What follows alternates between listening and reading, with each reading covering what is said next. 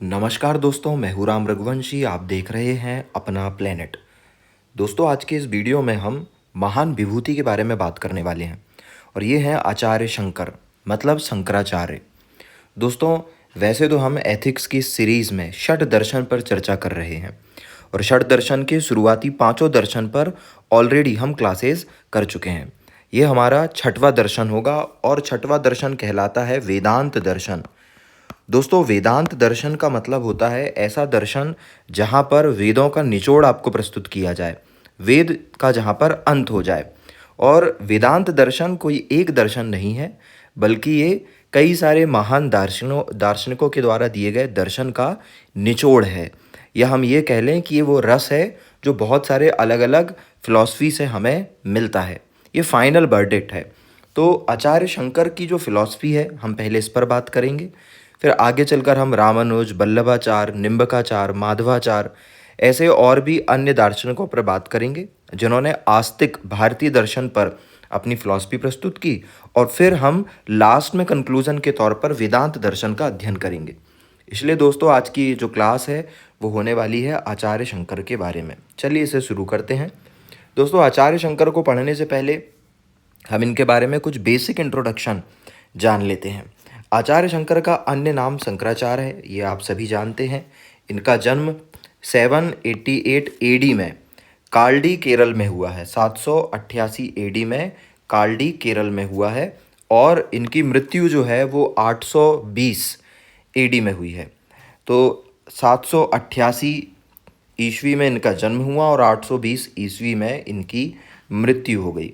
पिता जो हैं उनका नाम है शिवगुरु, माँ का नाम है आर्याविका। जाति है ब्राह्मण और ये दक्षिण के थे। दक्षिण में जो ब्राह्मण कुल में ये पैदा हुए तो इनकी जाति नाम्बूदरी ब्राह्मण थी। इनके गुरु का नाम है आचार्य गोविंद भगवत पाद। तो दोस्तों, ये इनका बेसिक इंट्रोडक्शन था। इनकी कुछ रचनाएं भी है, जैसे उपदेश सहस्त्री, द्वादश श्लोकी, तत्वबोध, आत्मबोध, आनंद लहरी, सौंदर्य लहरी, अपरोक्ष अनुभूति। ये सब इनकी किताबें हैं दोस्तों, जो आप ज़रूर एक बार और देख लीजिएगा। इसके अलावा इन्होंने 3 प्रसिद्ध किताबों को पढ़कर उस पर एक टीका लिखा है। भगवत गीता, ब्रह्मसूत्र और उपनिषद, इनको मिलाकर इन्होंने जो टीका लिखा वो कहलाया प्रस्थान त्रयी। इन्होंने भाष्य भी लिखा है और इनके भाष्य का नाम है मांडूक्य करिका भाष्य। तो दोस्तों, ये थी इनकी रचनाएं। ये इनका टीका प्रस्थान त्रयी जिसका नाम है, और मांडूक्य करिका जो कि शंकराचार्य के भाष्य का नाम है। तो दोस्तों, ये बेसिक इंट्रोडक्शन था आचार्य शंकर का। चलिए इसे एक बार और देखते हैं, लेकिन इंग्लिश में। आचार्य शंकर का जो अदर नेम है वो है शंकराचार्य। बर्थ होता है 788 एडी कालडी केरल में, डेथ 820 एडी में। फादर शिवगुरु, मदर आर्याविका, कास्ट थी नाम्बूदरी ब्राह्मण और गुरु थे आचार्य गोविंद भगवताचार्य। अगर इनके हम वर्क या लिटरेचर की बात करें तो उपदेश सहस्त्री, द्वादश श्लोकी, आत्मबोध और ज्ञानबोध, तत्वबोध, आनंद लहरी, सौंदर्य लहरी, अपरोक्ष अनुभूति, ये इनकी प्रसिद्ध किताबें हैं। मांडूक्य भाष्य इन्होंने लिखा है और प्रस्थान त्रयी नामक टीका लिखा है, जो कि भगवत गीता, उपनिषद और ब्रह्मसूत्रा पर बेस्ड है। तो दोस्तों, ये था आचार्य शंकराचार्य का बेसिक इंट्रोडक्शन। चलिए आगे की बात करते हैं। हम बात कर रहे थे कि आचार्य शंकर का एक प्रसिद्ध सिद्धांत होगा, ऐसे ही हर एक दार्शनिक का एक प्रसिद्ध सिद्धांत होगा, और इस सिद्धांत से हम वेदांत दर्शन की व्याख्या लास्ट में करेंगे। तो वैसे ही उस बात पर अगर हम आगे चलें तो आचार्य शंकर का जो प्रमुख सिद्धांत है वो कहलाता है अद्वैतवाद। चलिए पहले अद्वैतवाद क्या होता है इसे हम समझेंगे, लेकिन उसके पहले कुछ उनकी उपलब्धियों के बारे में बात कर लेते हैं। दोस्तों, आचार्य शंकर विलक्षण बुद्धि के थे और इन्होंने मात्र 8 वर्ष की उम्र में ही समस्त वेदों का अध्ययन प्राप्त कर लिया था। दोस्तों, आज भी माना जाता है कि वेदांत दर्शन ही सभी दर्शन का निचोड़ है। मतलब जो वेदांत दर्शन को पढ़ लेता है उसे सभी दर्शन, सभी वेद उपनिषदों की जो कोर थ्योरी है वो उसे पता चल जाती है, और जो वेदांती हो जाता है उसे ही आचार्य की उपाधि जो है वो हमारे भारतीय दर्शन में दे दी जाती है। अर्थात हम ये कहें कि आचार्य बनना ये तब पॉसिबल है जब आपने वेदांत पढ़ रखा हो। तो आचार्य एक उपाधि है जो उनको दी जाती है जो वेदांत में दक्ष हो जाते हैं। तो हम बात कर रहे थे शंकराचार्य की। शंकराचार्य बड़े ही विलक्षण प्रतिभा के थे। इन्होंने 8 वर्ष की उम्र में सभी वेदों का ज्ञान प्राप्त कर लिया था और बहुत ही कम उम्र में इन्हें वैराग्य का भाव मिल गया। फिर इन्होंने अपने वेदांत के द्वारा हिंदू धर्म के पुनरुत्थान की बात कही। दोस्तों, पुनरुत्थान इसलिए बोल रहा हूँ क्योंकि इसी समय हमारे भारत में बौद्ध और जैन धर्म जो है वो तेज़ी से आगे बढ़ रहे थे। चूँकि हिंदू धर्म में बहुत सारा कर्मकांड और विसंगतियाँ जुड़ गई थी, पूजन पद्धति जटिल हो गई थी, वर्ग विभाजन हो गया था, जाति विभाजन, वर्ण विभाजन हो गया था। इस वजह से जो आम जन है वह हिंदू धर्म को छोड़कर सरल व्याख्या वाले धर्मों की तरफ जाने लगा था, या हम ये कहें कि जैन और बौद्ध धर्म की तरफ उन्मुख हो गया था। वापस लोगों को हिंदू धर्म में लाने के लिए और हिंदू धर्म को पुनर्स्थापित करने के लिए, वो जो प्राचीन परंपरा है, प्रतिष्ठा है, उसे वापस इस्टेब्लिश करने के लिए शंकराचार्य ने वेदांत को माध्यम बनाया और पुनरुत्थान का काम शुरू किया। हिंदू धर्म को जोड़ने के लिए उन्होंने 4 मठों की स्थापना भी की है और ये 4 मठ कुछ इस प्रकार हैं। उत्तर में बद्रीनाथ में उन्होंने एक मठ बनाया जिसका नाम है ज्योति मठ, ज्योतिर्मठ। दक्षिण में चिकमंगलूर में श्रृंगेरी मठ, पश्चिम में द्वारिका में शारदा मठ और पूर्व में पुरी में गोवर्धन मठ। तो दोस्तों 4 मठ हैं, ज्योतिर्मठ, श्रृंगेरी मठ, शारदा मठ और गोवर्धन मठ, जो कि आपके सामने हैं। इन चारों मठों के द्वारा उन्होंने चारों दिशाओं में हिंदू धर्म की पताका को पुनर्स्थापित करने का प्रयास किया। दोस्तों, ये हैं शंकराचार्य, और शंकराचार्य का जो आदर्श वाक्य है जिस पर उनकी पूरी की पूरी थ्योरी जो है वो टिकी हुई है, वो वाक्य कुछ इस प्रकार है। इसे आप याद भी कर लीजिएगा। ब्रह्मम सत्यम जगत मिथ्या, जीवो ब्रह्मैव नापरः। एक बार और बात करते हैं दोस्तों। ब्रह्मम सत्यम मतलब ब्रह्म सत्य है, जगत मिथ्या, जगत एक झूठ है, मिथ्या है। जीवो ब्रह्मैव नापरः, जीव और ब्रह्म एक ही हैं, अलग अलग नहीं है। ये जो है यही थ्योरी कहलाती है अद्वैतवाद। मतलब ये कहती है कि जीव और ब्रह्म 2 अलग अलग नहीं है, ये बल्कि कैसे हैं, एक ही है, दोनों में कुछ भी अंतर नहीं है। तो उन्होंने कहा ब्रह्मम सत्यम जगत मिथ्या, जीवो ब्रह्मैव नापरः। दोस्तों, इस वाक्य को आप याद कर लीजिए क्योंकि आने वाली इस पूरी क्लास में ये वाक्य जो है वो बार बार हमारे चर्चा का विषय रहने वाला है। चलिए अब आगे चलते हैं और एक बार इंग्लिश में इसको देख लेते हैं। आइडियोलॉजी की बात करें शंकराचार्य की तो वो कहलाती है अद्वैतवाद, इसको हम नॉन ड्यूअलिज्म भी कहते हैं। अचीवमेंट की बात करें तो Shankar gain knowledge of all Vedas and scriptures only by the age of 8 years, knowledge of vairagya at any early age, and revival of Hinduism through Vedanta, establishment of 4 मठ to unite Hindu religion। ये सारी की सारी चीज़ें हम देख चुके हैं। चारों मठों के बारे में भी हम बात कर चुके हैं और हम शंकराचार्य के इस लाइन के बारे में भी बात कर चुके हैं, ब्रह्म is true, world is myth and जीव और ब्रह्मा वन एंड सेम। दोस्तों, ये सारी की सारी चीज़ें आपको एक बार रिवाइज़ करनी होगी और रिवाइज़ करने के लिए आपको इस PDF की ज़रूरत पड़ेगी और ये PDF आपको मिलेगी टेलीग्राम में ram.x.notes पर। तो ram.x.notes पर जाओ या फिर डिस्क्रिप्शन में लिंक है, वहाँ से सीधे चैनल पर, और चैनल से इस PDF को करना डाउनलोड और फिर करना रिवाइज़। चलिए आगे चलते हैं। अब बात करते हैं हम कि शंकराचार्य की जो मेन थ्योरी है अद्वैतवाद, ये आखिरकार है क्या। अद्वैतवाद शब्द को अगर हमने समझ लिया तो हम इस थ्योरी को बेहतर तरीके से समझ पाएंगे। अद्वैतवाद में आ धनद्वैत धनवाद, मतलब ये कह रहा है, आ का मतलब तो आप जानते ही हैं, हिंदी में ये निषेध की तरह यूज़ होता है। द्वैत मतलब 2, वाद मतलब विचारधाराएं, 2 सत्ताएं। तो ये अद्वैतवाद यह कहता है कि 2 सत्ताएं जो है वो नहीं हैं। सत्ता मतलब यहाँ पर 2 अलग अलग एंटिटी की बात हो रही है, जैसे कि ब्रह्म और जीव। तो शंकराचार्य अपने सिद्धांत के द्वारा ये कह रहे हैं कि 2 सत्ता मतलब ब्रह्म और जीव अलग अलग नहीं है, बल्कि दोनों एक ही हैं, और इसी को उन्होंने समझाया है और इसी को हम कहते हैं अद्वैतवाद। अब इसे हम और बेहतर तरीके से समझते हैं। आचार्य शंकर ने कहा परम सत्ता 2 न होकर एकमात्र है, और वो एकमात्र है तो फिर हमें उसे किसी एक बड़े नाम से पुकारना पड़ेगा, तो हमने उसे कहा वो परम ब्रह्म है और वही सत्य है। तो शंकर कह रहे हैं कि इस दुनिया में 2 सत्ताएं नहीं हो सकती, केवल एक ही सत्ता है और वो सत्ता परम ब्रह्म कहलाती है, और वही अकेला सत्य है। बाकी उसे छोड़कर जो भी चीज़ें दिखाई दे रही है वो सारी की सारी मिथ है, भ्रम है, इल्यूज़न है, मिथ्या है, झूठ है, आप जो भी कह दें, सत्य नहीं है। सत्य के अलावा जो कुछ भी हो सकता है वो है। सत्य केवल एक ही चीज़ है और वो है परम ब्रह्म। ब्रह्म के अतिरिक्त अन्य जो कुछ भी है वो भ्रम है। ब्रह्म और जीव अलग ना होकर एक ही तत्व हैं। ये कौन कह रहा है? आचार्य शंकर कह रहे हैं। और आचार्य शंकर अपने अद्वैतवाद को इस लाइन से पूरी की पूरी तरीके से समझाते हैं, ब्रह्मम सत्यम जगत मिथ्या जीवो ब्रह्मैव नापरः। सत्य केवल ब्रह्म है, जगत एक मिथ्या है, और मिथ्या इसलिए है क्योंकि इसका मूल कारण है माया। तो दोस्तों यहाँ पर एक नया शब्द आया है, माया। शंकराचार्य कह रहे हैं कि सत्य केवल ब्रह्म है और ये दुनिया एक मिथ है, और इसलिए ये मिथ है क्योंकि यह माया से बनी हुई है। अब माया क्या है हम इसे डिटेल में समझेंगे। चलिए पहले इसी चीज़ को हम एक बार इंग्लिश में पढ़ लेते हैं। अद्वैतवाद को हम कहते हैं नॉन डुअलिज्म, और non dualism is that negation of two entities, Brahma and Atma, and acceptance of one entity. According to Acharya Shankar, the supreme being is not two but one, which is called Param Brahma, a supreme Brahma, and that is the ultimate true.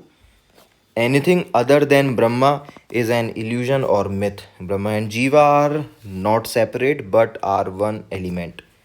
और फिर वही की वही बातें हैं कि ब्रह्मम सत्यम जगत मिथ्या जीवो ब्रह्मैव नापरः। चलिए अब आगे की बात करते हैं दोस्तों। अब हमने ये जो लाइन जो है, जो ये शब्द था अद्वैतवाद, इसे एक वाक्य में ले आए हैं कि अद्वैतवाद क्या है। तो ब्रह्मम सत्यम है, जगत मिथ्या है, और जीवो ब्रह्मैव नापरः है। तो हम एक एक चीज़ को यहाँ पर समझते हैं कि ब्रह्म क्या है अकॉर्डिंग टू शंकर, फिर जीव क्या है, और कैसे दोनों एक हैं अलग अलग नहीं है, इसे हम समझते हैं। तो ब्रह्म की बात करें तो अद्वैतवाद के अनुसार ब्रह्म ही एकमात्र परम सत्य है। क्यों? क्योंकि आचार्य शंकर कह रहे हैं कि ब्रह्म अनंत है, अनादि है, सर्वव्यापक है और एकमात्र सत्ता है। अनंत है ब्रह्म, अनादि है। अनादि मतलब भाई जिसका ना आरंभ हो और ना अंत हो, उसे ही हम अनादि और अनंत कह देते हैं। सर्वव्यापक मतलब ओमनी प्रेजेंट है, हर जगह है, और एकमात्र सत्ता है, मतलब उसके अलावा और कोई भी दूसरी अथॉरिटी नहीं है इस दुनिया में। और ब्रह्म ही सभी पदार्थ और द्रव्यों का आधारभूत तत्व है, मतलब जो मटेरियल कॉज है इस दुनिया का, इस ब्रह्मांड से की बनी हुई एक एक चीज़ का, वो ब्रह्म है भाई। ब्रह्म की विशेषता, आचार्य शंकर ने कहा ब्रह्म की विशेषताएं भी है। ब्रह्म एकमात्र सत्ता है, ब्रह्म दो रूपों में पाया जाता है, अभी बात करेंगे। ब्रह्म के दो लक्षण हैं, इस पर भी चर्चा करेंगे। ब्रह्म भेदहीन है, ब्रह्म अज्ञेय है, ब्रह्म जो है वो ब्रह्म ज्ञानी है, मतलब उसके पास अनंत ज्ञान है, अपरोक्षानुभूत है, ब्रह्म ही मोक्ष और ब्रह्म ही विश्वव्यापी है। ये सारी विशेषताओं पे हम अभी एक चर्चा करने वाले हैं दोस्तों। आचार्य शंकर कह रहे हैं कि ब्रह्म ही सभी पदार्थों का आधारभूत तत्व है, और यही सब बातें इंग्लिश में हैं। According to non dualism, Brahman is the only ultimate supreme being. Brahman is infinite, eternal, omnipresent and the only existence. Brahma is the basic element of all knowledge and material of all element and practice. Features की बात करें तो supreme authority है, two forms में available है, to लक्षणा होते हैं, indiscriminate है, एग्नोस्टिक है, ब्रह्म ज्ञानी है, मोक्षा है, अपरोक्ष अनुभूत है और यूनिवर्सल है। Acharya Shankar is considered Brahma as the basis of all matter. अब ये सब बातें तो हमने बता दी दोस्तों कि ब्रह्म के अंदर बहुत सारी विशेषताएं हैं। डिटेल पे चर्चा करते हैं। तो ब्रह्म, हमने कहा था सबसे पहली बात कि ब्रह्म सत्य है। इसे समझाने के लिए कि ब्रह्म सत्य कैसे है, आचार्य शंकर बड़े ही इंटरेस्टिंग तरीके से इसे समझाते हैं दोस्तों। आचार्य शंकर कहते हैं कि ब्रह्म काल रहित है। काल मतलब वही भूत भविष्य वर्तमान, समय से आप उसकी तुलना कर सकते हैं। तो ब्रह्म काल रहित है, मतलब समय जो है, काल जो है, वो ब्रह्म का कुछ नहीं बिगाड़ सकता। ब्रह्म काल से परे है। ये भूत भविष्य वर्तमान वाली जो घड़ी है, ये ब्रह्म पर काम नहीं करती है, मतलब इसका बंधन ही नहीं है। जैसे हम सब पर बंधन है दोस्तों, हम निश्चित समय के लिए इस पृथ्वी पर आए हुए हैं। एक समय के पहले हमारा कोई अस्तित्व नहीं था और एक समय के बाद हमारा कोई अस्तित्व नहीं बचेगा। तो ये अस्तित्व जो हमारा दिखाई देता है, ये काल से बंधा हुआ है। एक निश्चित समय के अंदर हमारा पूरा का पूरा लाइफ स्पैन रहने वाला है। लेकिन अगर हम बात करें ब्रह्म की, तो ब्रह्म का इस काल से कोई लेना देना नहीं है। वो काल के बंधन से मुक्त है पूरी तरीके से। भूत भविष्य वर्तमान तीनों ही स्थिति में वो हमेशा प्रेजेंट रहता है। और इसे समझाने के लिए शंकर ने सत्ता का वर्गीकरण किया है। सत्ता ब्रह्म कह रहे हैं, शंकर कह रहे हैं कि भैया ब्रह्म को समझना है तो सत्ताओं को समझो। और सत्ता 3 प्रकार की होती है: प्रतिभासिक सत्ता, व्यवहारिक सत्ता और परमार्थिक सत्ता। शंकर कह रहे हैं सत्ता के 3 प्रकार हैं: प्रतिभासिक, व्यवहारिक और परमार्थिक। अब ये प्रतिभासिक सत्ता क्या है? प्रतिभासिक सत्ता वो है जिसका आभास हो। ठीक है, हम इसको आभासिक भी बोल सकते हैं, लेकिन यहाँ पर आचार्य शंकर ने सुंदर सा शब्द इस्तेमाल किया है प्रतिभासिक, तो हम बोलेंगे प्रतिभासिक। जिसका केवल आभास हो, जैसे स्वप्न की सत्ता। सपनों में जो भी चीज़ें होती है वो हमें वास्तविक प्रतीत होती है, लेकिन केवल उसका आभास होता है। और ये बहुत ही मोमेंटरी होती है, क्षणिक सत्ता है। दूसरी है व्यवहारिक सत्ता, जिसका प्रत्यक्ष अनुभव किया जा सके, जैसे कि ये दुनिया, जिसको हम हमारे सेंस ऑर्गन से फील कर सकते हैं। और तीसरी है परमार्थिक सत्ता, जो हमारी इंद्रियों से बाहर की चीज़ है और समय के बंधन से मुक्त है। हम चाहकर भी उसे फील नहीं कर सकते, उसे देख नहीं सकते और उस तक पहुंच भी नहीं सकते, क्योंकि हमारी इंद्रियां उसे महसूस करने, देखने, सुनने और समझने के लिए पर्याप्त नहीं है, जैसे कि ब्रह्म। तो आचार्य शंकर कह रहे हैं दोस्तों कि सत्ता 3 प्रकार की होती है: प्रतिभासिक सत्ता, व्यवहारिक सत्ता और परमार्थिक सत्ता। प्रतिभासिक क्षणिक होती है, व्यवहारिक बहुत ही प्रत्यक्ष होती है और परमार्थिक अनंत होती है। तो इसी प्रकार उन्होंने समझाया कि ब्रह्म जो है वो परमार्थिक सत्ता है। इसके अलावा एक और तरीका उन्होंने इस्तेमाल किया है ब्रह्म को सत्य साबित करने के लिए, और उन्होंने कहा भैया यही जो कि हमने शुरू में बात की थी कि ब्रह्म काल रहित होता है, उससे भी समझ जाओ।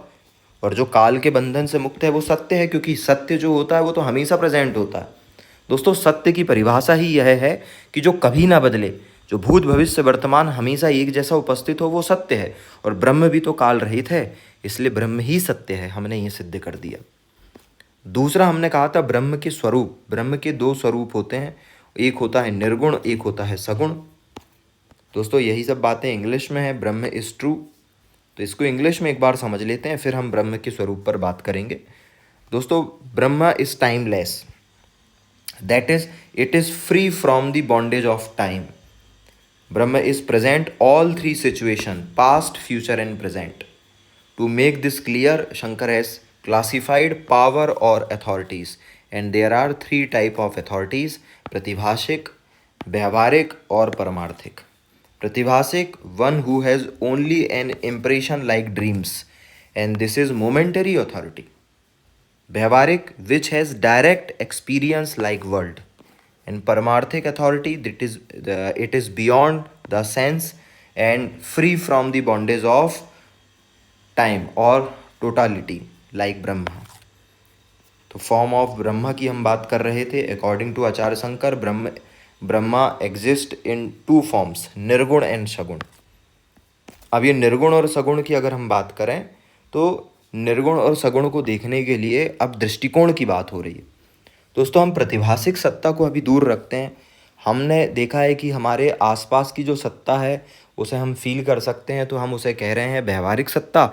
और ब्रह्म जो है वो अनंत है, हम उसे मानकर चलते हैं परमार्थिक सत्ता। तो परमार्थिक दृष्टिकोण से अगर आप देखोगे तो ब्रह्म निर्गुण है, ठीक है, क्योंकि गुणों से आप ब्रह्म को व्यक्त नहीं कर सकते, क्योंकि गुण तो इस दुनिया के हैं और ब्रह्म तो इस दुनिया से बाहर का है। तो कैसे आप इस गुणों के, इस दुनिया के कैरेक्टरिस्टिक से उसको डिफाइन कर पाओगे। और दूसरी होती है व्यवहारिक सत्ता। अगर हम व्यवहारिक सत्ता से समझें तो भाई ये जो ब्रह्म है वो सगुण है, क्योंकि उसी ने इस दुनिया को बनाया है और दुनिया को बनाने वाला भी तो इसी दुनिया की तरह होगा। तो हमने कह दिया भैया ब्रह्म जो होता है वो सगुण होता है। तो यहाँ पर सारा जो खेल है वो दृष्टिकोण का है, नज़रिए का है। आप जैसा चश्मा पहनेंगे आपको दुनिया वैसी ही दिखाई देगी। तो परमार्थिक दृष्टिकोण से जब हम देखते हैं तो ब्रह्म निर्गुण दिखाई देता है, और जब व्यवहारिक दृष्टिकोण से देखते हैं तो ब्रह्म सगुण दिखाई देता है। लेकिन अंतर है, शंकर ने निर्गुण ब्रह्म को ब्रह्म कह दिया, लेकिन व्यवहारिक ब्रह्म को यानी कि सगुण ब्रह्म को ब्रह्म ना कहकर ईश्वर कहा। तो जब आप परमार्थिक दृष्टिकोण से देखोगे तो केवल एक ही सत्य है, वो है ब्रह्म। ईश्वर तो कुछ होता ही नहीं, इसलिए आचार्य शंकर कह रहे हैं कि परमार्थिक दृष्टिकोण से ईश्वर को मिथ्या माना गया है। अब ब्रह्म के लक्षण पर भी हमने बात की थी कि ब्रह्म के दो लक्षण होते हैं, एक होता है स्वरूप लक्षण और एक होता है तटस्थ लक्षण। दोस्तों स्वरूप लक्षण क्या है? स्वरूप लक्षण ब्रह्म के तत्व रूप को बताता है, और ब्रह्म का जो वास्तविक रूप है वो वह है जिसमें सत्य है, चित्त है और आनंद है, इसलिए हम ब्रह्म को सच्चिदानंद भी कहते हैं।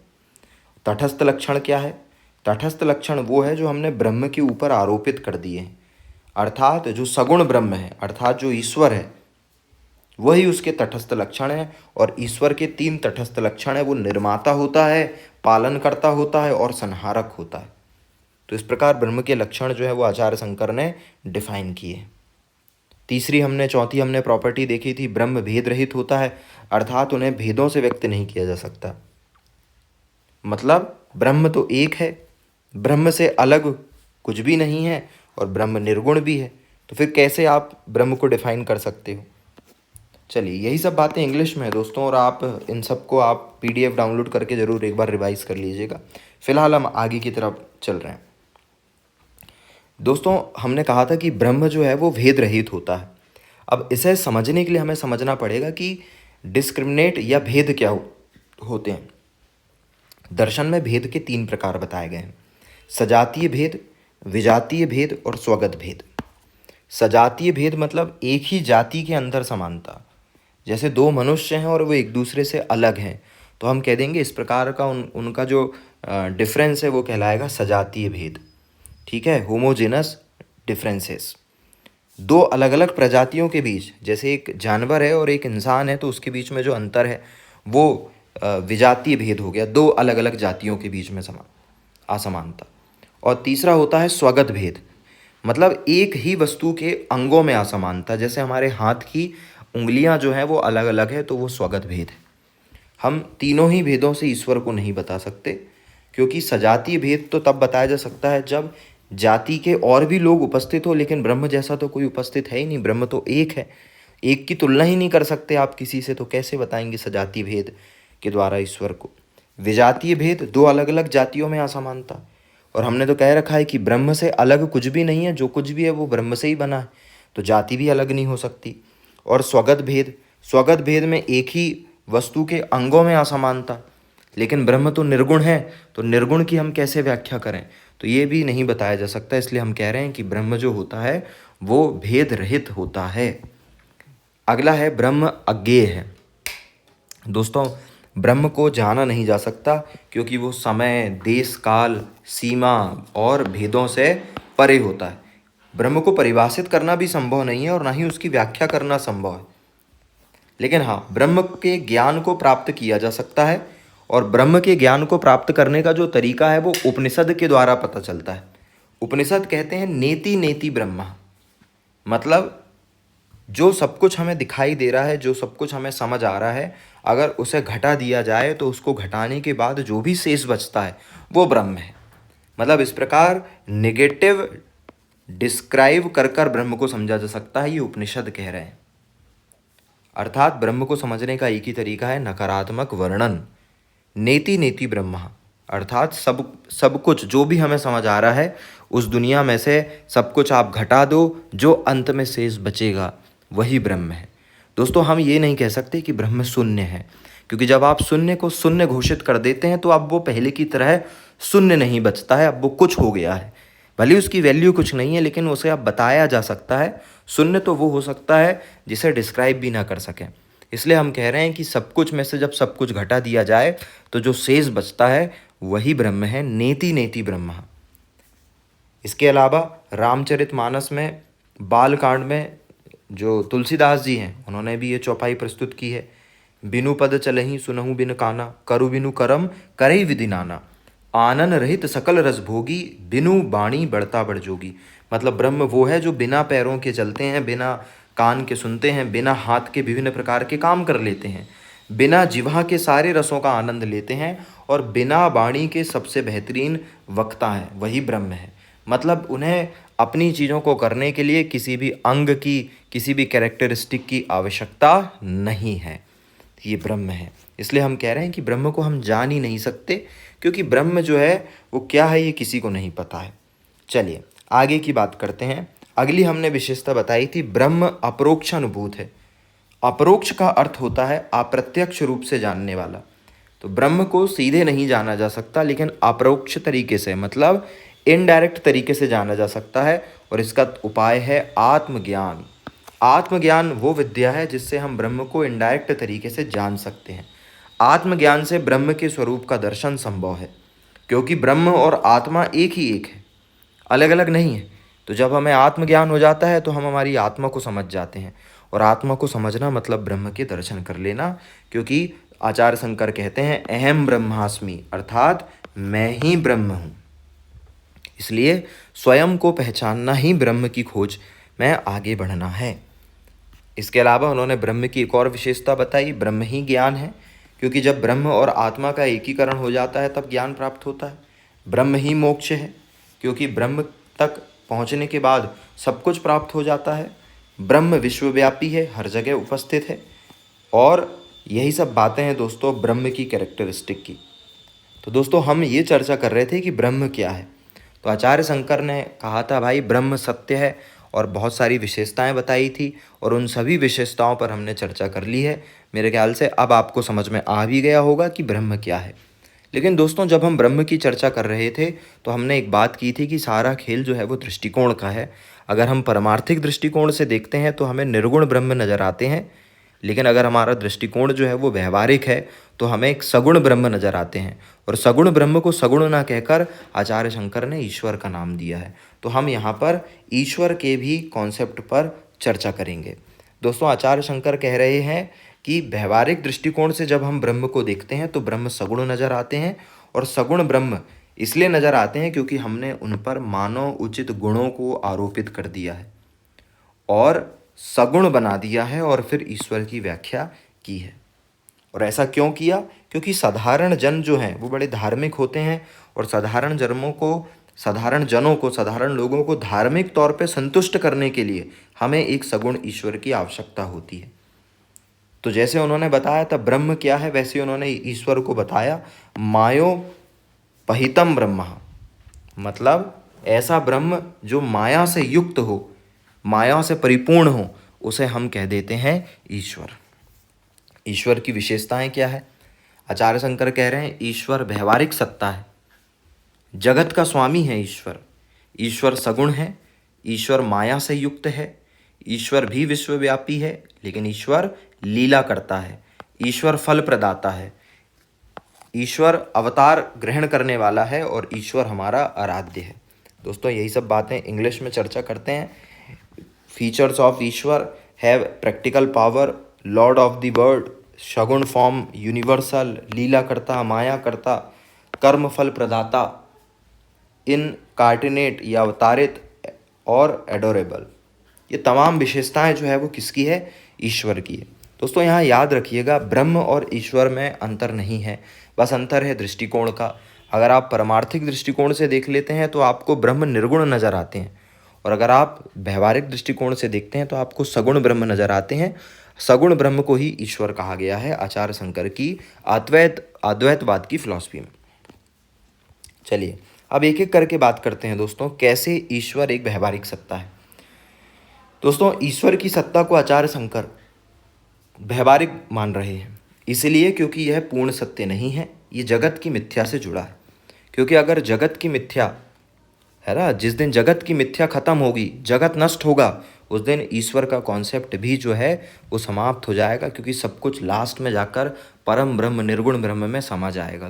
तो जब तक जगत है तब तक इस जगत के ईश्वर भी हैं। जगत शून्य तो ईश्वर भी शून्य। जगत का शुरुआत से निर्माण होगा तो ईश्वर का भी शुरुआत से निर्माण होगा। तो हम ये कह सकते हैं कि ईश्वर और जगत आपस में जुड़े हुए हैं, इसलिए दोनों ही व्यवहारिक सत्ता है। जगत का स्वामी है ईश्वर, क्योंकि ईश्वर को हमने उत्पत्ति करता, पोषण करता और संहारक माना है, अर्थात वो निमित्त कारण भी है और उपादान कारण भी है। ईश्वर सगुण है क्योंकि उसके अंदर अनंत गुण है और हमने उसमें मानवोचित गुणों को डाल रखा है। अगली विशेषता हमने बात करी थी कि ईश्वर माया युक्त होता है। ईश्वर माया शक्ति का केंद्र है और वो इसी माया शक्ति के द्वारा जगत की रचना करता है। फिर ईश्वर विश्वव्यापी है। तो हमने कहा था भैया ईश्वर अनंत है, सर्वत्र है, सर्वशक्तिमान है, इसलिए सर्वव्यापी है। लीला करता है वो, ईश्वर लीला करता है क्योंकि ईश्वर ने माया से ही जगत की उत्पत्ति की है। और जगत की उत्पत्ति क्यों की है? क्योंकि ईश्वर के लिए ये जो दुनिया है वो एक खेल की तरह है, क्रीड़ा स्थल है। ये सब बातें इंग्लिश में भी है दोस्तों। हमने कहा है माया करता है, यूनिवर्सल है, लीला करता है और कार्यफल प्रदाता है, इनकार्डिनेट है। इस पर अभी हम चर्चा करने वाले हैं। फल प्रदाता मतलब ईश्वर जो है वो जीवों के कर्मों के आधार पर फल प्रदान करता है। अच्छा कर्म करते हैं तो अच्छा फल और बुरा कर्म करते हैं तो बुरा फल। और ये कर्म के फल जो देने की जिम्मेदारी है वो ईश्वर की है। आचार्य शंकर कहते हैं कि ब्रह्म जो है वो फल प्रदाता नहीं है।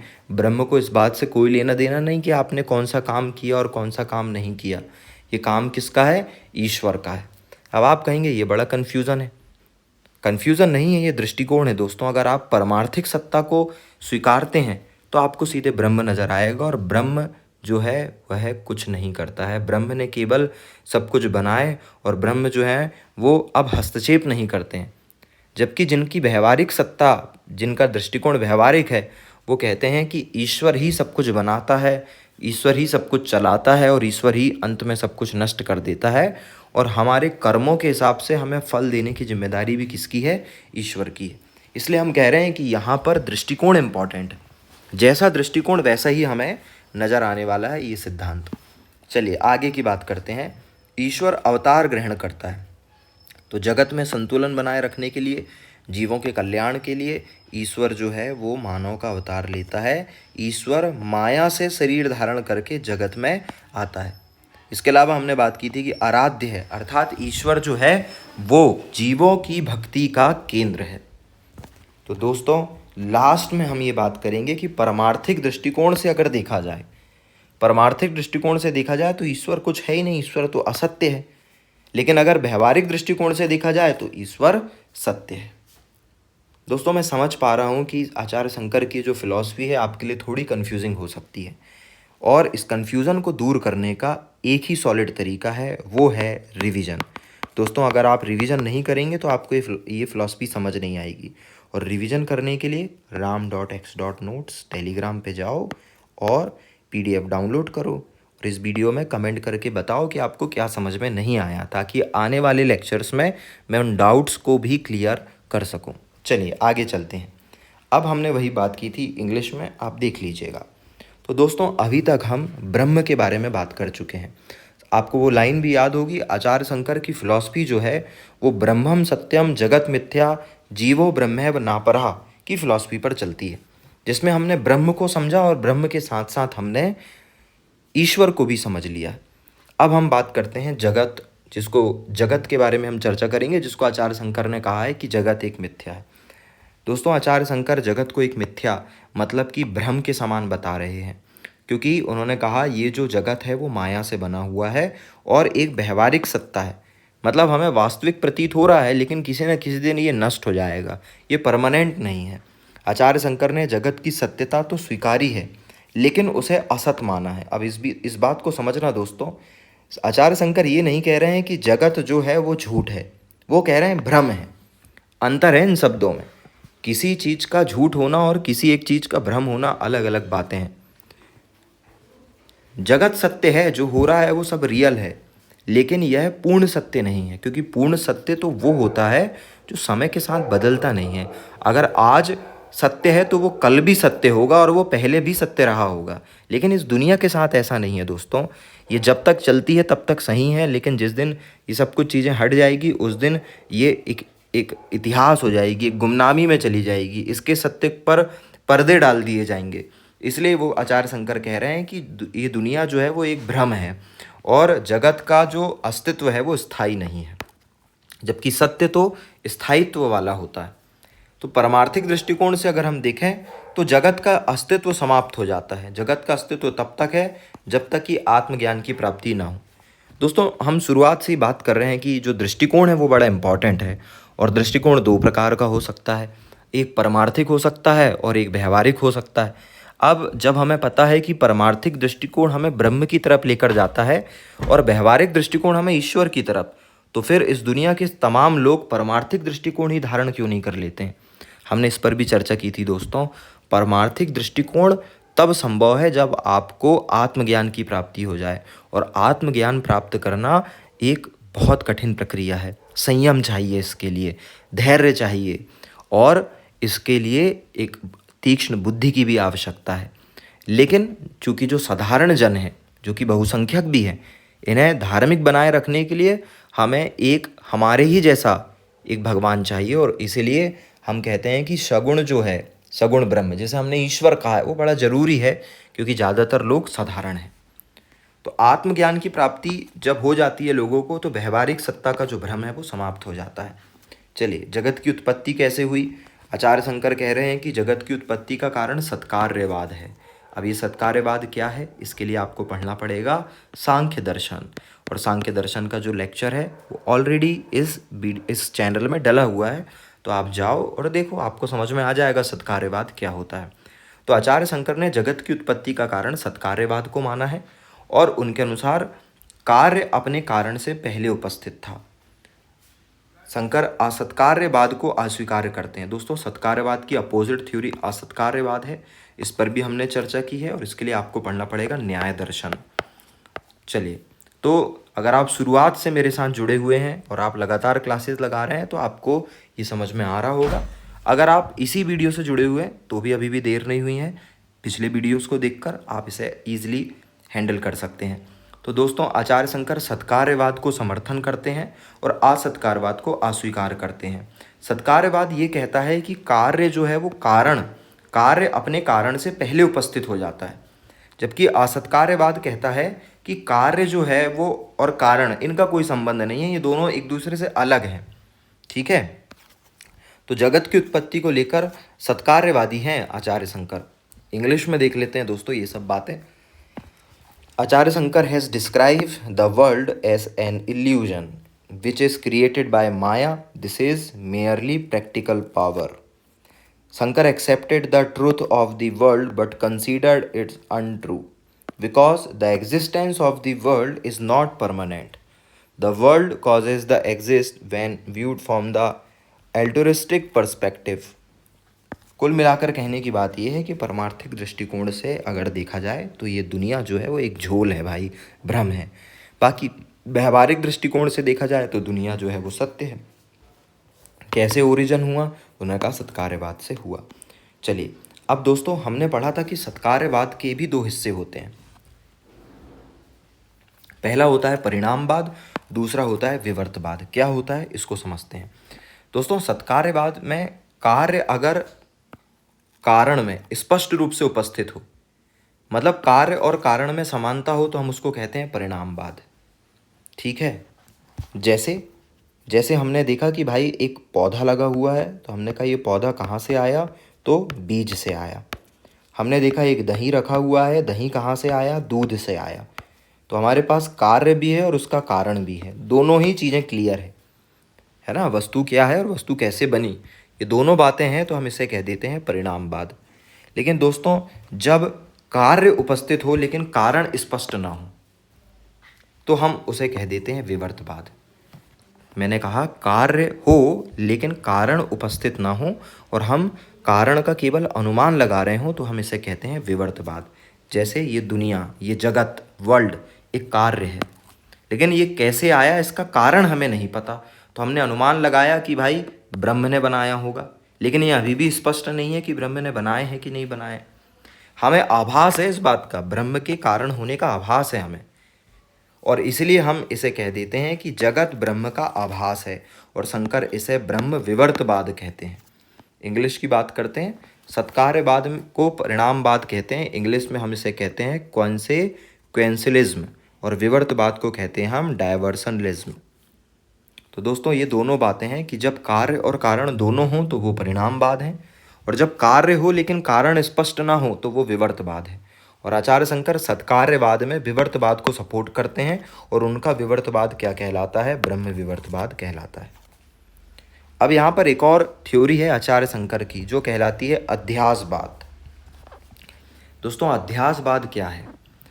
आचार्य शंकर कहते हैं कि भैया जब आप आतत में तत् का आरोपण कर दो, आतत मतलब जहाँ पर कोई वस्तु नहीं है वहाँ पर अगर आपको उसका अनुभव होने लगे तो वो अध्यासवाद कहलाता है। मतलब वहाँ पर कोई नहीं है और आपको वहाँ पर कुछ नज़र आने लगे तो फिर वो अध्यासवाद है। अध्यासवाद मतलब जैसे उदाहरण में समझिए, कोई व्यक्ति रस्सी पर सर्प का आरोपण लगाता है, रस्सी पड़ी है लेकिन कह रहा है कि वो सर्प है, तो वहाँ सर्प नहीं है लेकिन उसे सर्प दिखाई दे रहा है, इसे ही कहा जाता है अध्यासवाद।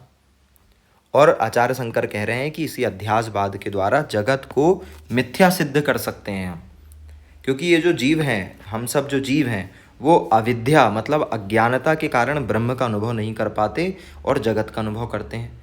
और जगत का अनुभव हम सब जीवों का किसी एक का नहीं बल्कि सामूहिक भ्रम है, और इसका कारण है अविद्या।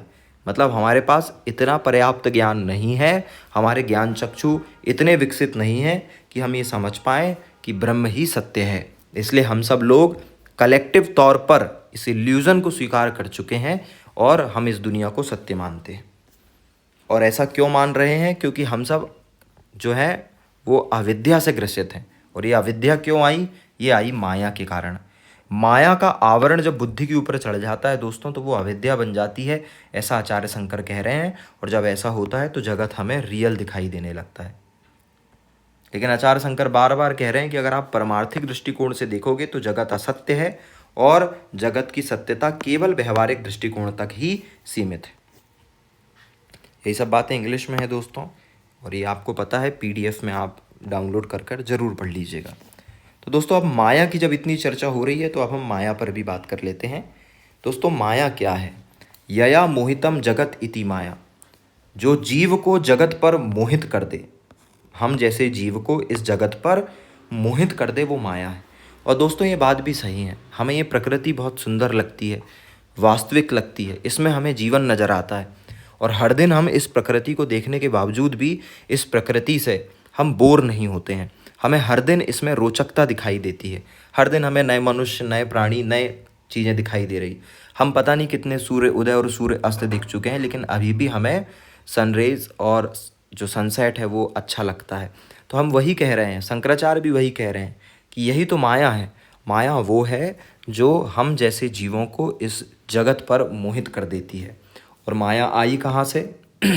आचार्य शंकर कह रहे हैं कि माया एक ईश्वरीय शक्ति है और जो अध्यासवाद के कारण आई है। अध्यासवाद मतलब अविद्या के कारण आई है। और इसी अविद्या के कारण देखो, अविद्या कहाँ से आई? जब विद्या के ऊपर माया की परत चढ़ गई तो वो अविद्या बन गई, और अविद्या का हो जाना ही अध्यासवाद कहलाता है। और अध्यासवाद के कारण ये असत्य वाली दुनिया हमें सत्य प्रतीत होने लगती है। माया एक व्यवहारिक सत्ता है, परमार्थिक दृष्टिकोण से माया का कोई अस्तित्व नहीं है, क्योंकि माया ईश्वर का अंग है और ईश्वर व्यवहारिक है। तो जो परमार्थिक दृष्टिकोण वाले लोग हैं उन्हें तो ईश्वर ही नज़र नहीं आता, वो तो ब्रह्म देखते हैं, और उनके लिए ईश्वर असत्य है तो माया भी असत्य हुई। इसलिए हम कह रहे हैं कि परमार्थिक दृष्टिकोण से अगर हम देखें तो ये जो माया है वो असत्य है। पर माया की कुछ विशेषताएं हैं, जैसे माया व्यवहारिक है, अध्यास रूप है, अस्थायी है, हाँ लेकिन अनंत है, और ईश्वर की शक्ति है। दोस्तों माया की शक्तियों की बात करें तो माया की दो शक्ति है। आवरण शक्ति मतलब यह ढक देती है चीज़ों को, सत्य को ढक देती है। ये माया का नेगेटिव साइड है। जैसे माया ब्रह्म को ढक देती है और इसलिए हम इस जगत में उलझे रहते हैं। और दूसरी है विक्षेप शक्ति। विक्षेप शक्ति में यह अवास्तविक को वास्तविक दिखा देती है, जैसे ये जो ब्रह्म को ढक देती है, और दूसरा जगत को सत्य दिखा देती है, जबकि जगत जो है वो असत्य है। तो इन दो शक्तियों के कारण माया जो है वो हम कहते हैं कि भाई माया जो है वो अनंत है। आवरण शक्ति से चीज़ों को ढक देती है, छिपा देती है, तो हमें सत्य नज़र नहीं आता। और विक्षेप शक्ति से जो सामने असत्य पड़ा है उसे सत्य दिखाने की ये कोशिश करती है और उसमें सफल भी हो जाती है। तो माया क्या है? यया मोहितम जगत इति Maya. Maya is the one which fascinates the soul about the world. और फिर आपको पता है माया के बारे में क्या क्या चीज़ें होती है। अब हम आचार्य शंकर की आगे की थ्योरी पर जाएं तो आचार्य शंकर बता रहे हैं भाई जगत की उत्पत्ति कैसे हुई। आचार्य शंकर जगत की उत्पत्ति की व्याख्या पंचीकरण विधि से करते हैं। उनके अनुसार ईश्वर जगत का निमित्त और उपादान दोनों कारण है, मतलब बनाता भी वही है और बनता भी चीज़ उसी से है, मटेरियल भी वही और एफिशिएंट कॉज भी वही। ईश्वर माया के द्वारा सृष्टि का सृजन करते हैं। सबसे पहले पंच महाभूत बनते हैं और पंच महाभूत के बाद पंच स्थूल भूत बनते हैं। इसे समझिए, जैसे आकाश है तो आकाश में जो 1/2 है वो आकाश है, और बाकी जो 4 चीज़ें हैं वायु, अग्नि, जल और पृथ्वी, ये 1/8 पोर्शन में है। सेम यही बातें वायु के साथ भी है। वायु में आधी वायु है और बाकी हुए 4 तत्व जो है वो 1/8 के रेशो में है। ऐसा ही अग्नि, जल और पृथ्वी बने, और इसी विधि को कहा गया पंचीकरण विधि। तो आचार्य शंकर जो हैं वो इस जगत की उत्पत्ति के लिए जो विधि बता रहे हैं वो है पंचीकरण विधि।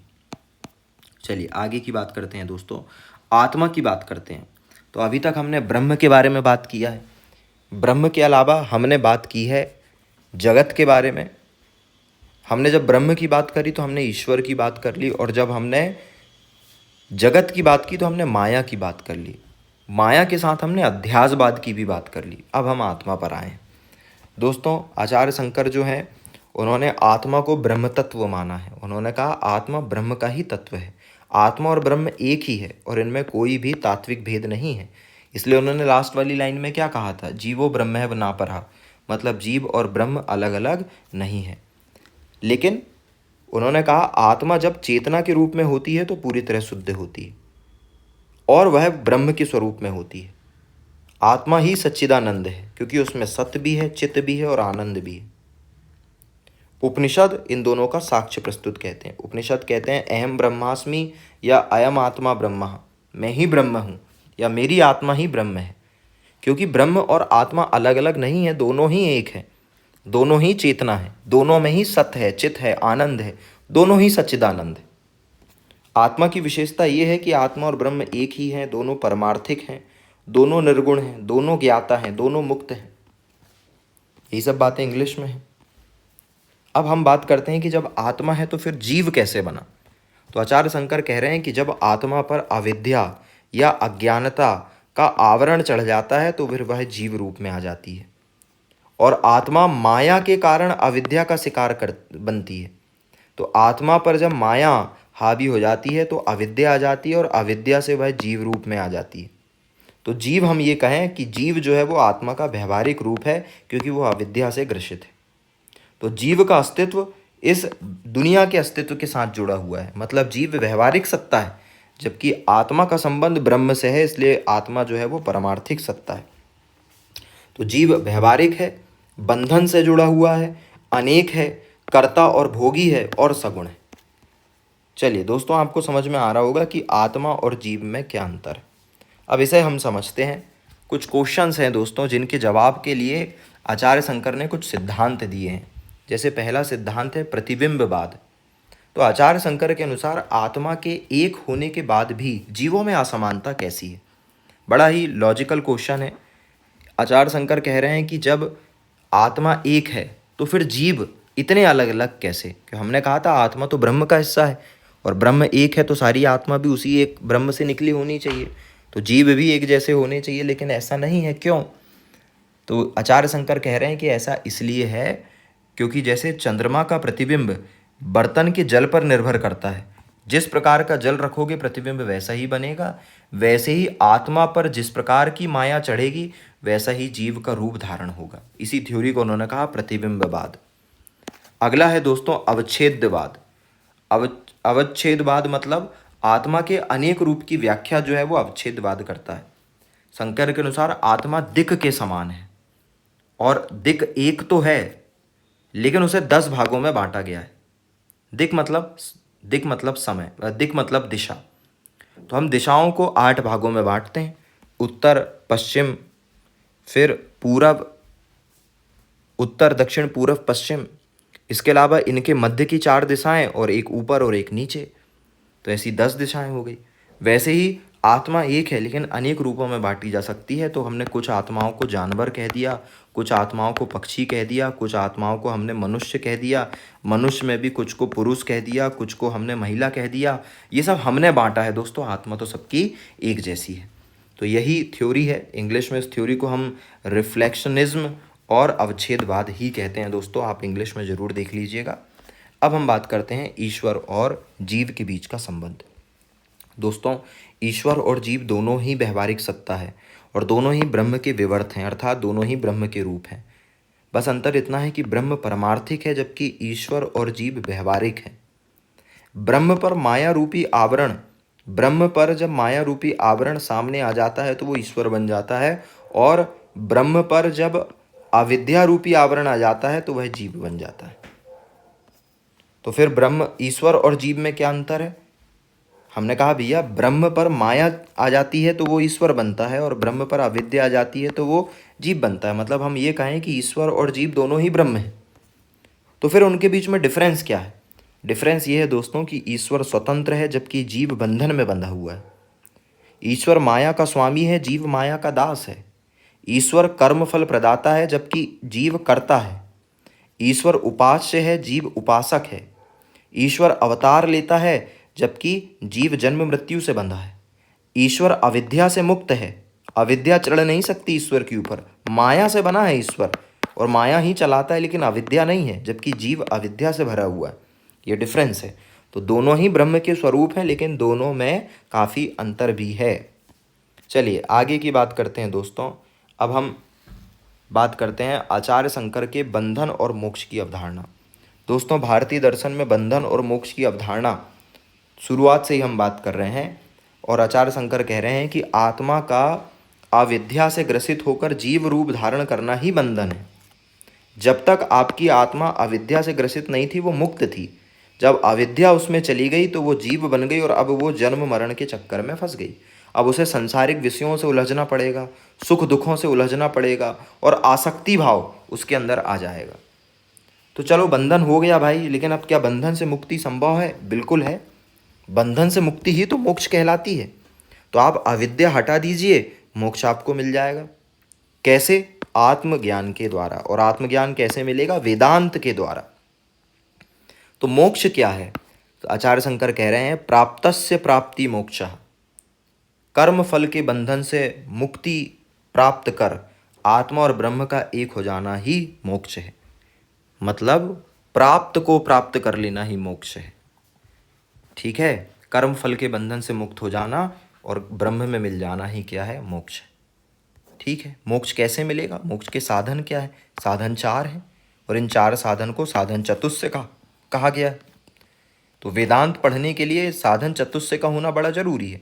और साधन चतुष्य क्या है? 4 चीज़ें हैं: विवेक, विराग, सठ संपत्ति और मुमुक्षुत्व।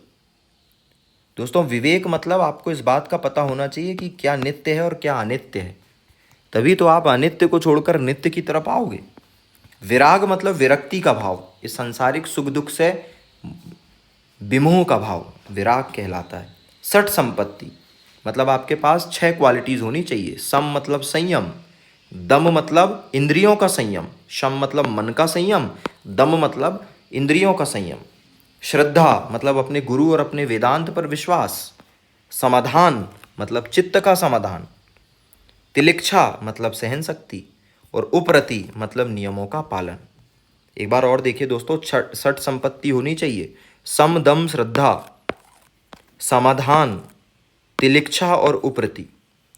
ये 6 चीज़ें हैं तो सठ संपत्ति हो गई। और मुमुक्षु मतलब मोक्ष प्राप्ति का दृढ़ संकल्प।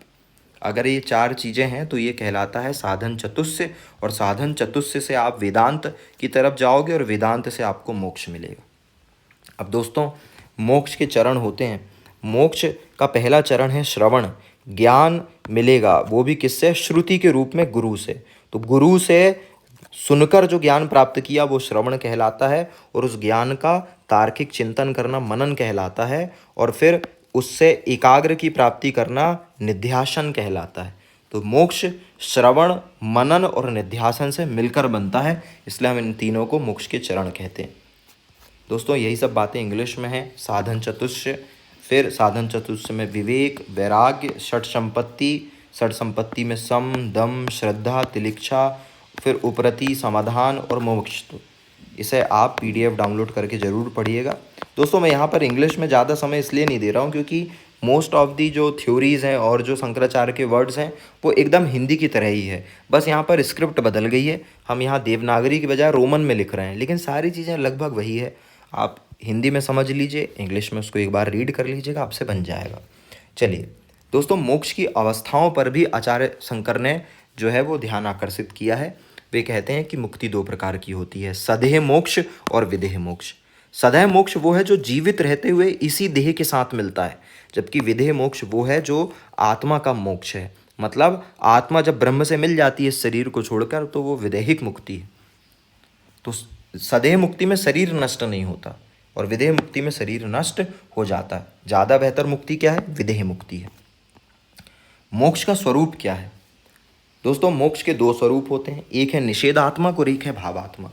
निषेधात्मक जिसमें दुख का अंत हो जाता है, बौद्ध धर्म इसी प्रकार के मोक्ष की बात करता है, जबकि हमारा जो मोक्ष है वो भावात्मक है, जिसमें आनंद का भाव आ जाता है। आचार्य शंकर ने इसे मोक्ष माना है। तो हम अगर इंग्लिश की बात करें तो स्टेप्स ऑफ लिबरेशन में श्रुति, श्रुति के बाद मनन, मनन के बाद निध्यासन। श्रुति मतलब वर्बल, मनन मतलब मेडिटेशन और निध्यासन मतलब कंसंट्रेशन। स्टेज भी हमने देखा था सदेह और विदेह।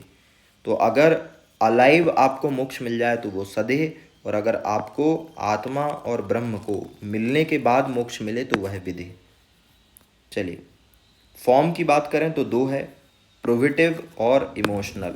बौद्ध धर्म प्रोविटिव की तरफ जाता है, जबकि भारतीय दर्शन इमोशनल की तरफ जाता है। दोस्तों मोक्ष दोनों ही सेम है, लेकिन ये नेगेटिव जो डिस्क्राइब है वो बुद्ध धर्म का है कि जिसमें दुख खत्म हो जाए वो मोक्ष है, और हम कहते हैं कि जिसमें आनंद मिल जाए वो मोक्ष है। बात दोनों ही सेम है दोस्तों, बस पॉजिटिव और नेगेटिव डिस्क्राइब की यहाँ पर बात हो रही है।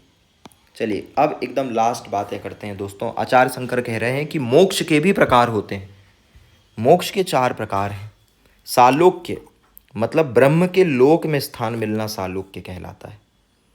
जिनको सालोक्य मिल जाता है वो ब्रह्म के लोक में उन्हीं के साथ रहने लगते हैं। दूसरा है सामीप्य मतलब ब्रह्म के समीप रहना, सामीप्य कहलाता है। सायुज्य मतलब ब्रह्म लीन होकर आनंद प्राप्त करना, सायुज्य। और सारूप्य मतलब भगवान का जीव रूप धारण करना, सारूप्य। तो मोक्ष 4 प्रकार का है। सालोक्य मतलब ब्रह्म के साथ ही रहना, सामीप्य मतलब ब्रह्म के समीप रहना, सायुज्य मतलब ब्रह्म का परम भक्त बन जाना, ब्रह्मलीन हो जाना, और सारूप्य मतलब भगवान का अंश अवतार लेकर धरती पर वापस लौटना। ये मोक्ष के 4 प्रकार हैं जो कर्मों के आधार पर मिलते हैं। अब लास्ट बात है दोस्तों, कुछ लोग आचार्य शंकर को प्रच्छन्न या छुपा हुआ बौद्ध या बुद्ध कहते हैं। इसलिए कहते हैं दोस्तों क्योंकि अद्वैतवाद और बौद्ध दर्शन में काफ़ी हद तक समानताएं भी देखने को मिलती है। जैसे बौद्ध धर्म का माध्यमिक शून्यवाद, परम ब्रह्म की थ्योरी, जगत मिथ्या, 3 सत्ता, ये सब अद्वैतवाद से काफ़ी मिला हुआ है। हम इस पर डिटेल से चर्चा करेंगे दोस्तों जब हम बौद्ध दर्शन पर बात करेंगे। फिलहाल ये जिज्ञासा मैं आपके मन में छोड़ते जा रहा हूँ कि आचार्य शंकर कैसे एक छुपे हुए बुद्ध की तरह हैं या प्रच्छन्न बौद्ध हैं। स्यूडो बुद्धिज्म उनके अंदर कैसे दिखाई देता है। कुछ असमानताएं भी है, जैसे बौद्ध धर्म आत्मा को नहीं मानता लेकिन शंकर मानते हैं, और बौद्ध परतः प्रमाणवाद है जबकि शंकर स्वतः प्रमाण्यवादी है। तो इसलिए हम कह रहे हैं कि इस पर हम डिटेल से चर्चा करेंगे जब हम बुद्ध दर्शन गौतम बुद्ध के बारे में पढ़ लेंगे। तो दोस्तों ये थे आचार्य शंकर के विचार, और हमने वेदांत दर्शन के पहले महान दार्शनिक आचार्य शंकर पर चर्चा अपनी पूरी कर ली है। दोस्तों अगर ये वीडियो आपको अच्छा लगा हो तो लाइक कर देना, और प्लीज़ यार कमेंट में बताना आपको कौन कौन से डाउट थे, ये वीडियो ये सीरीज़ आपको कैसी लग रही है, अगला दार्शनिक आप क्या पढ़ना चाहते हैं। आप अप्रिशिएट भी कर सकते हैं क्योंकि उसी से मोटिवेशन जो है वो हाई रहता है। धन्यवाद, हम मिलते रहेंगे, आप पढ़ते रहिए।